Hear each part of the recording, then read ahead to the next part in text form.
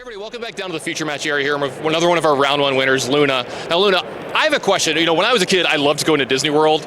When I went, I always thought of a particular park first that I wanted to rush to. Was there one for you? Yeah, Epcot. I love it because it has so many different worlds, and when you're on vacation, you want to absorb as much as you can, so it's like traveling to so many different countries in one little trip. Yeah, it's always a ton of fun. I got to agree with you there. You had a little bit of a fun matchup in your first round. It's something you were kind of looking forward to with the deck that you were playing here this weekend. Yeah, I'm playing Ruby Sapphire, which tends to be a slower deck. You get a lot of ink early on. You're a little bit weaker to aggro decks, but this round I wasn't facing aggro. I faced Steel Song.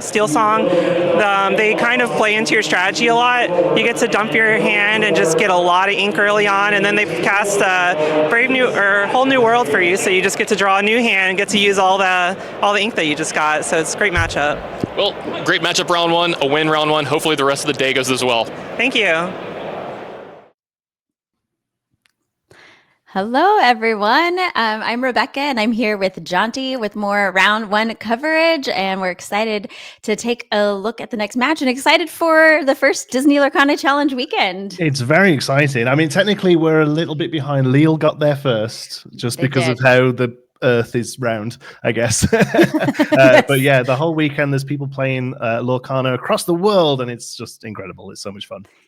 It really is. And we've already seen one game this round, and we're going to take a look at our next one. Are you ready to take a look, Jonti? Let's go. All right. So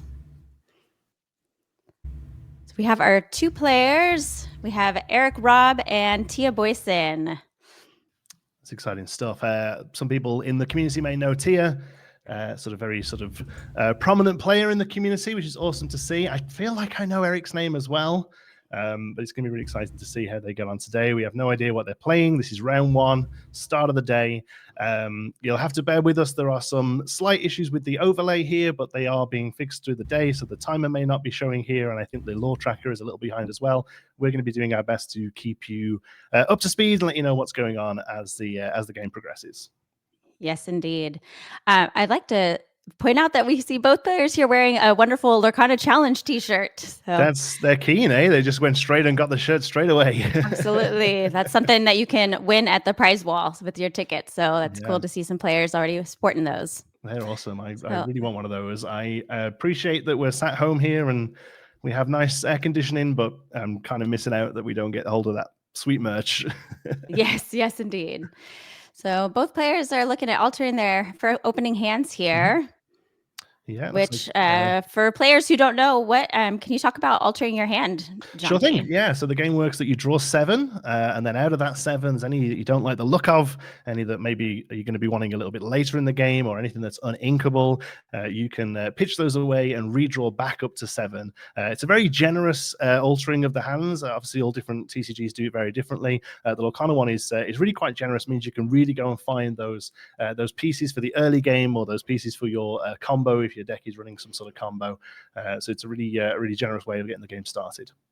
Yes, and it looks like both players did choose to alter their hands a bit. So we'll see how they start out with this game. Looks like Tia's rocking some custom sleeves as well, which is pretty cool. Something fun. Yeah. Here we go. So round one so far, most players have got no idea what they're going up against. I think there's something like 1,900 players altogether, maybe a little over. So here we go. Turn 1, a Baboom is getting popped down there in the Inkwell. So we got that's going to be used to play a Captain Hug. There's been a recent change in the rules, meaning you are allowed to play your Inkwell card for the turn face up. And then as long as it gets turned down by the end of the turn, that's okay now. It's just a way of remembering that you've inked. Thea is doing the same. Chernobog's Followers. Chernobog's Followers, yeah. And she's playing a Lilo. Okay, so Lilo suggests that we're looking at a bit of a quick deck here. Maybe we're going to be really focusing on questing. I'm not sure why Thea drew that. I think maybe she just forgot to draw. I think she forgot to draw on her first turn. Yes. It's nice of Eric to let her go ahead and do it. We have a second Baboom down in the Inkwell, and then we've got a very fancy looking morph. Throwing down that enchanted there. I love it to see it. What a baller move. So we're on an Emerald Steel deck here with Eric, and then Thea is running Amber Amethyst. So Emerald Steel can go a few different ways. It can be a little bit more discard heavy, focusing around the Floodborns, which is probably what we might see here with Morph on the table. That the Morph is able to be shifted. Any character can shift onto it. And then Thea looks like we're going for like a very hyper aggro deck. This is a snake going into the Inkwell here to give her 2 ink, which is going to allow her to play a Pinocchio. Yeah, absolute hyper aggro here. Tia is just going to be aiming to get to 20 lore as quick as possible. Yes, yeah. That right now she got 5 lore on the board with Lilo and Pinocchio there, and that morph is a good target for a few different cards of steel. Something like Beast Tragic Hero or Robin Hood could come down soon. There's a good few targets in steel. Oh, another enchanted there. This guy's absolutely off the chain. Yeah, you see the beast come down straight away. Yes. And the other thing I think is worth noting here as well is that unfortunately steel is the enemy of hyper aggro. There are so many things. I mean, you can just see there that Robin Hood just got to ping that Lilo. Didn't even have to challenge into it. Robin Hood there you can exert to deal 1 damage to something. There are so many tools in steel that are going to be really chasing Tia here, unfortunately. Yeah, with Tia playing that aggro and steel being such a hard matchup, what do you think she's is her strategy here? The thing is with aggro, you just kind of have to play the cards and turn them sideways, honestly. There's obviously a few things you can do. There's a few ways to bounce cards back, and you can sort of refuel your hand and be able to play them safer the next turn. But obviously that is going to slow you down because most cards, all cards aren't able to quest on the turn they're played unless they are shifted. So I think most of the play here, is just going to be put as many things down on the board as possible, like we're seeing here with the second Pinocchio and the Maleficent Biding Her Time. These are all just super heavy questers. 3 lore on each of the Pinocchios and 2 on the Maleficents. Obviously, the single target removal of steel is going to start to run out of steam the more things she puts down. But obviously, Big Tink, Giant Tinkerbell, Grab Your Sword, these huge things that are just going to, really sort of run over these if let the storm Eric is rage able on. to keep on top. Yeah, there's just so many different things. Yeah.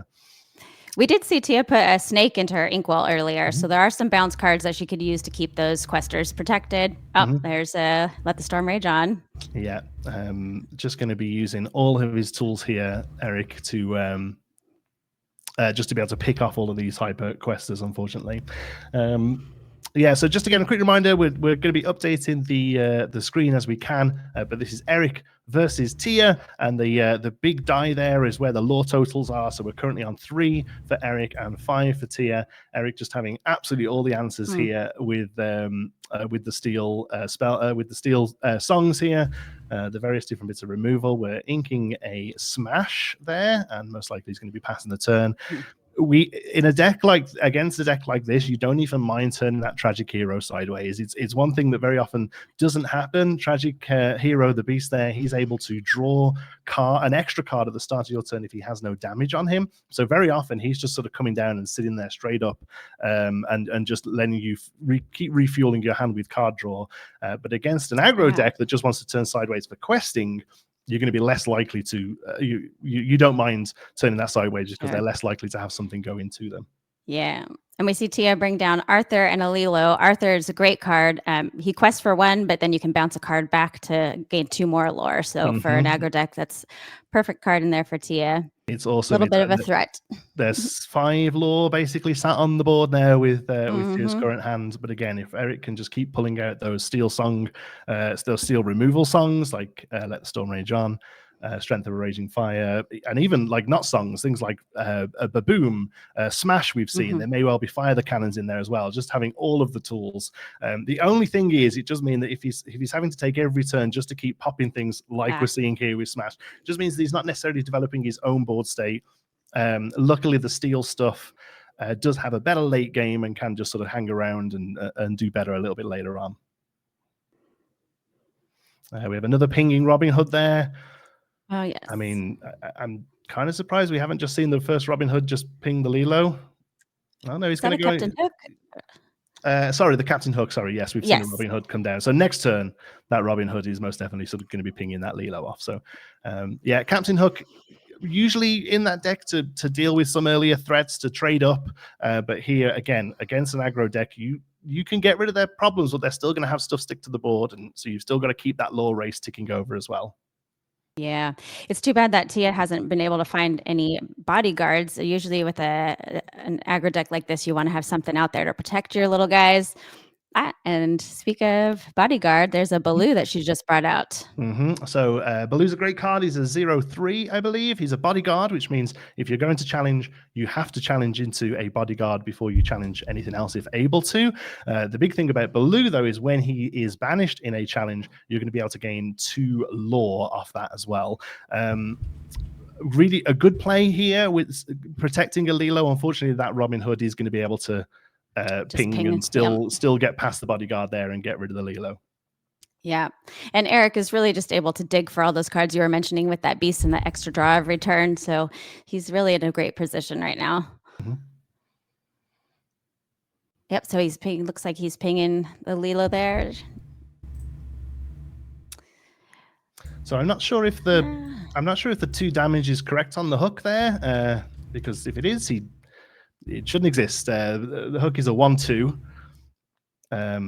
So either the damage has been incorrectly marked there, or neither player has realized, and we're getting some extra lore out of the hook. So we'll see if that ends up getting resolved. The another Robin Hood here. Another Robin Hood. At this point in the game, Eric wants to start to see some of the bigger questers in his deck, just so he can sort of keep that lore tally moving. But with Tia playing into an empty board each turn, it's he can relax a little. Goat here. Bringing a goat. Yeah. One of the sort of key cards of set 2, still seeing a ton of play in set 3 in various different decks. Goat, one of the few cards in the game that's just gaining you lore as soon as it hits the board. So you get a lore just for it hitting, and then another lore whenever it leaves the board, however it leaves the board.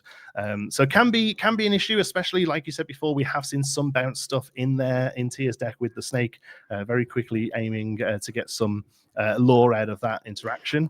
Whether we'll see the goat stick around. 2 damage there. Yeah, and then the Robin Hood finishing it off.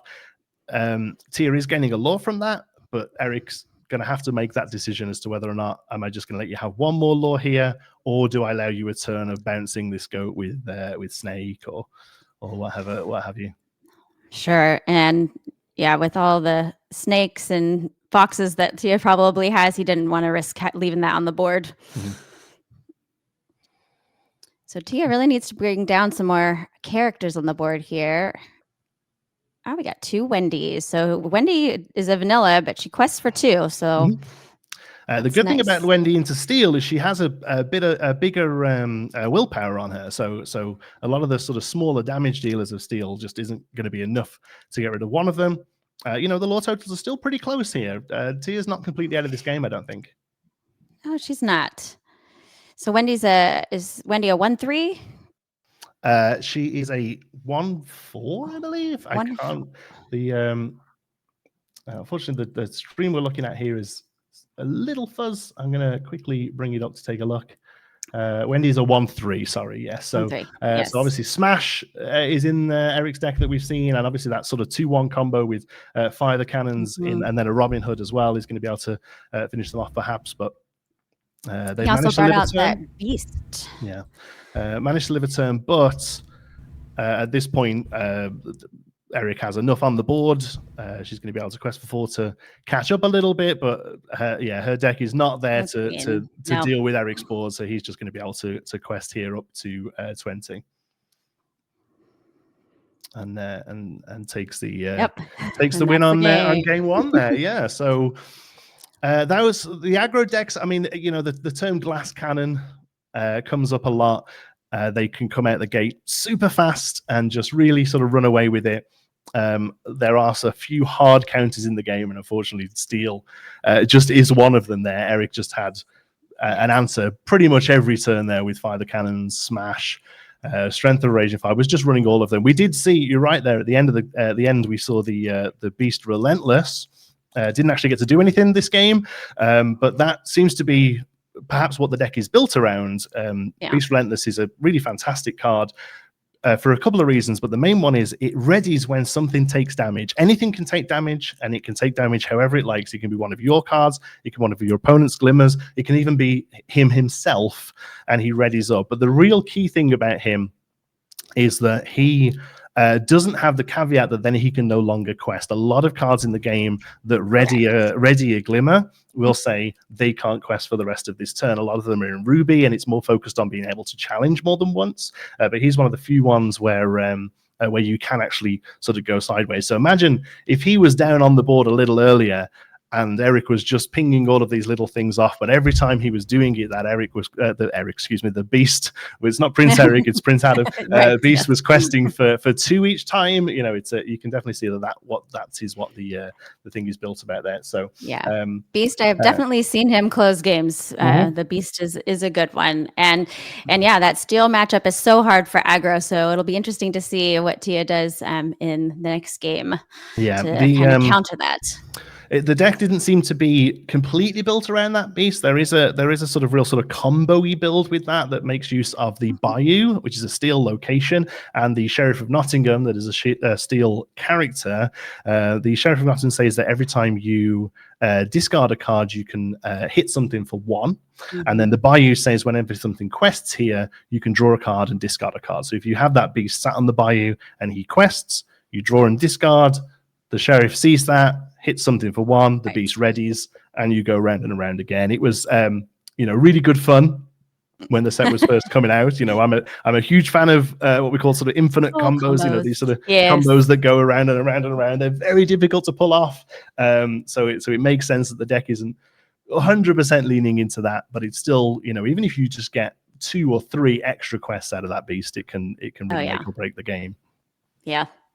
Well, let's take a look at the next game and see how they do. Yeah. So, what is Tia's thought process here? Do you think with altering her opening hand? So the thing is, if she's really playing sort of a full hyper aggro deck, there's a single play line. It's put stuff down, turn it sideways. It really is as simple as that. The only thing she could perhaps do is look at using more of her bounce combo stuff. So we did see Snake. I don't think we saw Madam Mim Fox. We didn't. I'd be surprised if she didn't have it in there, though. But I think bouncing those back to keep them protected would be can smart. Definitely be a thing. Yeah, Fox does lean into more of a sort of tempo-y play. You start to move out of that, and from what I can see here, we're playing like a real hyper aggro deck. That Arthur and the Pinocchios and even the Maleficent Biding the Times from set 1 seem to be that we're really leaning into to the hyper aggro of Amber Amethyst. So I think it's maybe going to be looking for some of the bigger willpower stuff a little bit earlier, just so that Eric's not able to get a 1-for-1 with his steel removal. I think Eric is most likely going to be looking hard for. I think I saw him ink a Giant Tinkerbell in game 1, so something like that is going to be huge if Thea gets a good start here, because not only does it clear Tia's board, it leaves a good body behind as well, and that's one of the key things as to why it doesn't quite see as much play now, but for a good time, especially during set 1 and 2, Giant Tinkerbell was almost meta defining, really. Just having her come down, deal so much with the board state, but then stick around and just be a good quester or a good challenger. When she challenges into something, if she banishes it, she's able to deal 2 damage to somewhere else. So even that bigger stuff that doesn't get hit by her 1 across the board is then really in danger of her sort of sticking around. Yeah, and we know that Eric has the morph in there as well, so he can shift Tink onto the morph as well as Beast that we already saw. And did we see Big Robin Hood come down? I don't think we did, but he's I think we did. So hiding in there. So Goat Pascal. here in the Inkwell over to Pascal. Goat should be turned upside down at this point. I'll catch that. For those of you watching, unfortunately, these games are pre-recorded so that we can keep bringing you content all day, and we are remote. So any sort of slips, unfortunately, there's not really much we can do about it. We'll call them out and let you know that they've happened as best we can. But unfortunately, some are going to slip through the net. Unfortunately, hopefully, it won't be too many, and it doesn't make too much of a difference in the game overall. So Captain Hook here again, just a good, solid answer to a lot of aggro threats early on. If we can get another body down here, which I'd be amazed if Tia can't play something. It is going to make that Pascal evasive now. And evasive, for anyone who doesn't know, you have to have an evasive character in order to challenge them. And so Eric right now, Captain Hook isn't evasive, so Pascal is safe to challenge, which is great. And as long as she can keep another character on the board, Pascal can do a lot of work. Very much so, yeah. If you don't see an answer for him early, he's just going to keep chipping away at that lore total and start building it up. Pascal only is evasive when there's another character on the board, so sometimes it's just as easy to get rid of the other thing first, which I think is, maybe what we'll see. But instead amazingly hasn't found a little sort of steel pinging damage and is instead using the hook to quest. I mean, that's the only other answer. If you don't find a way to get rid of these early questers, you've just got to keep up the race, because eventually you'll hope to find answers, but until then you've got to kind of keep that lore total trickling up. Of course, he played that Robin Hood, which can ping, so both her characters are only 1 willpower, so she's got to be thinking what to do here. He's getting a ton of work out of that Robin Hood, and I'm not too sure what Tia's answer is really. Yeah, that Robin Hood is really a great play here against the aggro deck, because so many of those high questers are just 1/1s and can be taken out with just that one turn in Robin Hood sideways. So, but even still, we're up to 5 lore now. It's a really good lead, but most likely we're just going to start to see the steel stuff keep sort of picking them off. Tia's thinking about what to do at this point, I think. I feel like she's kind of just deciding what goes to the slaughter here. Because at the end of the day, Robin Hood can only hit one of them for 1. So the more that's out there, the more options that you have that survives the turn. What I think would be beneficial here is just to get something down so that if Robin Hood did ping the Pinocchio, Pascal would still have evasive. Obviously, there are different lines that you can do. The hook can go into the Pinocchio, the Robin Hood can ping the Pascal. It really depends. We might see something here that maybe bounces something back, a snake or something to kind of go again. No, we got a Piglet. Piglet, yeah. So Piglet's a great little card for an aggro deck. He quests for 1 on his own, but if you have 2 other characters out on the board, he quests for 3. So great quester if stuff survives, and that's going to be really the thing here as to whether or not that's going to be the hard part. Stuff survives the steal. Okay, we'll pass it back. So it's quite a slow pace to the game. It's completely honest with you. I suppose you only get round 1 once, and going into the rest of the day with a lead is a real good sort of pickup. As you're moving into round 2, starting off with a win is good. So it's good that the players are sort of taking their time and figuring out what they're doing. So Captain Hook there goes into Pinocchio, takes the 1 damage. So we'll see if another damage actually removes him from the table, and then the Robin Hood is pinged into the. Sorry, I'm mixed up now. I think. Oh, sorry.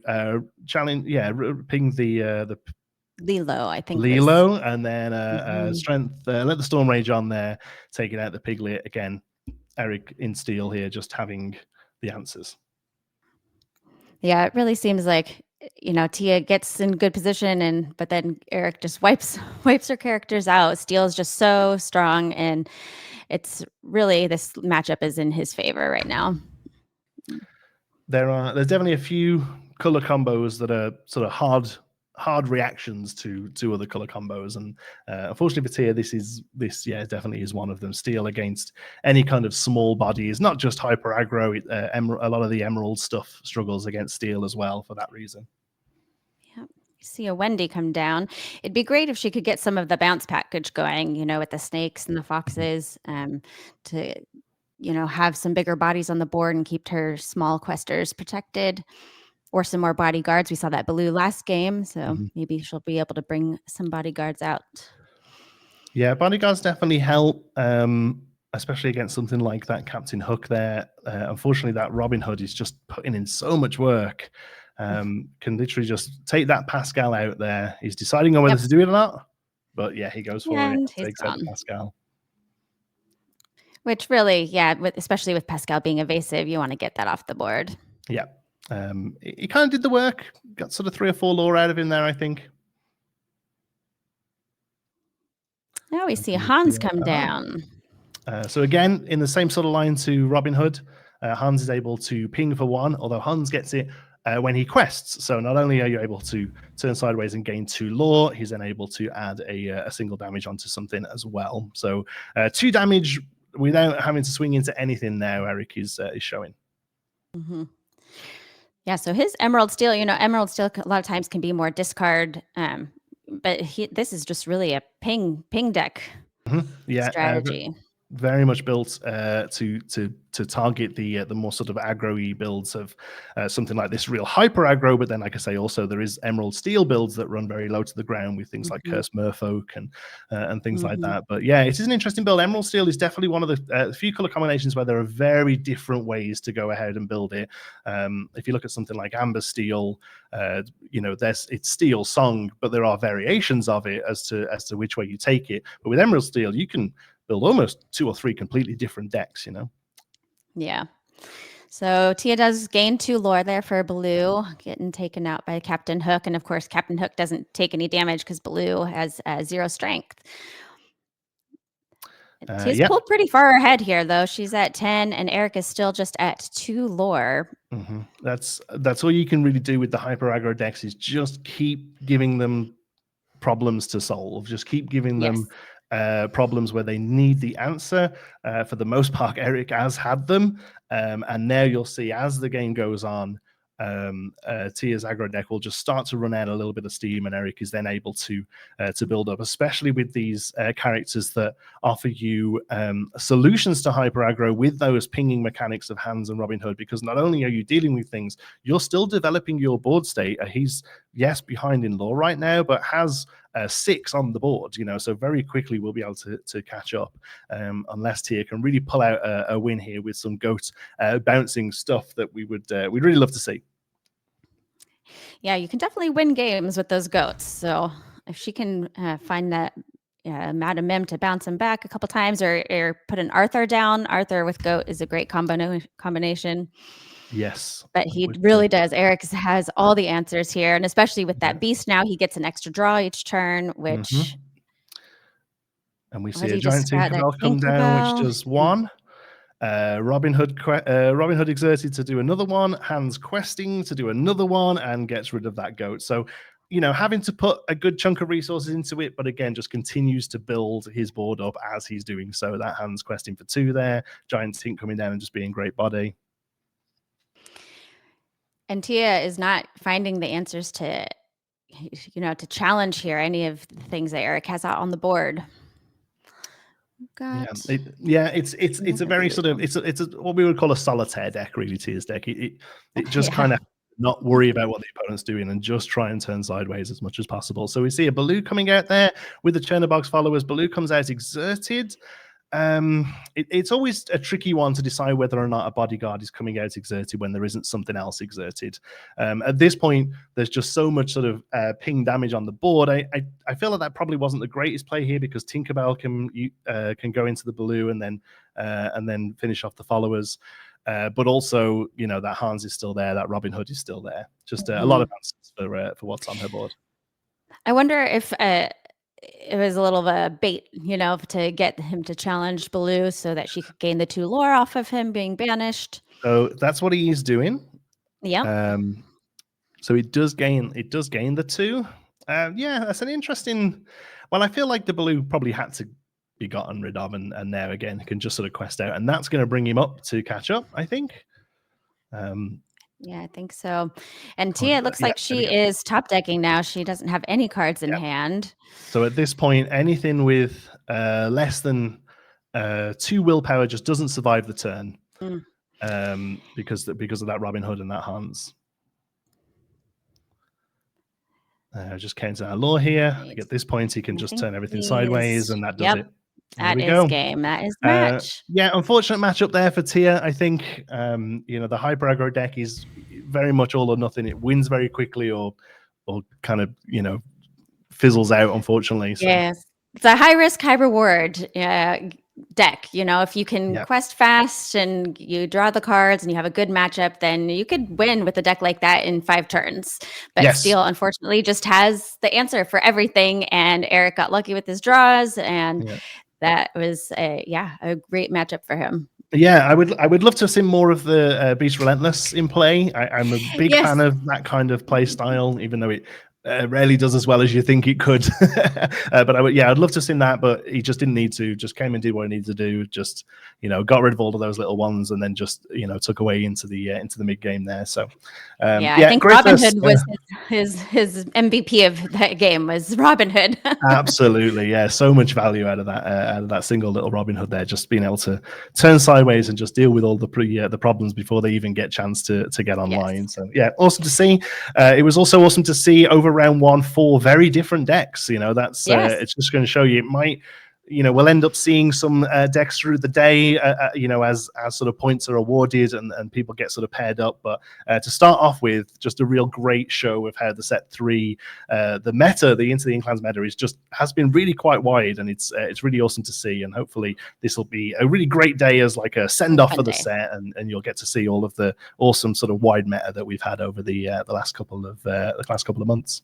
Yeah, and like you said, even within some of the ink pairings, you're going to see a varied amount of types of decks within, like Emerald Steel or a Ruby Amethyst, that there's going to be different types. So it's going to be a fun day to see what games are happening.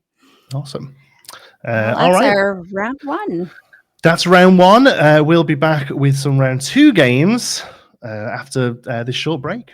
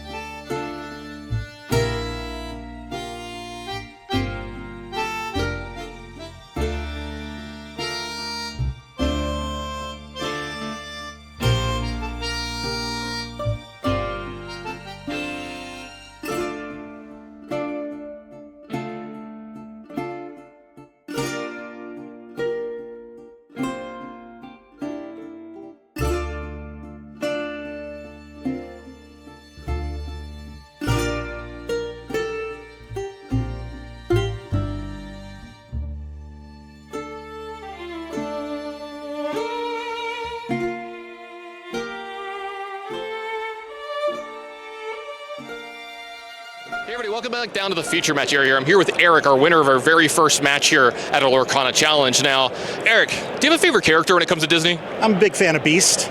Well, I think we saw that with your deck choice here this weekend. Did that actually kind of influence why you played your deck? Oh yeah, so I was playing both Tragic Hero and Relentless Beast, and they're a lot of fun. You probably won't see too many out there Relentless out on the field, but I just had to go for it. Yeah, if it was my favorite character, I think I would be playing it as well. And we saw it do pretty well there in that match for you. Is that kind of indicative of how your deck plays out? So I got a very good matchup there. My deck does a lot of damage to characters, and I was playing against an aggressive deck that had a lot of low defense characters, so I was just able to ping them off the board each turn, so it just kind of stalled her side out. Well, Eric, thanks for the time, and I hope you and Beast get a lot more wins here this weekend. Thank you.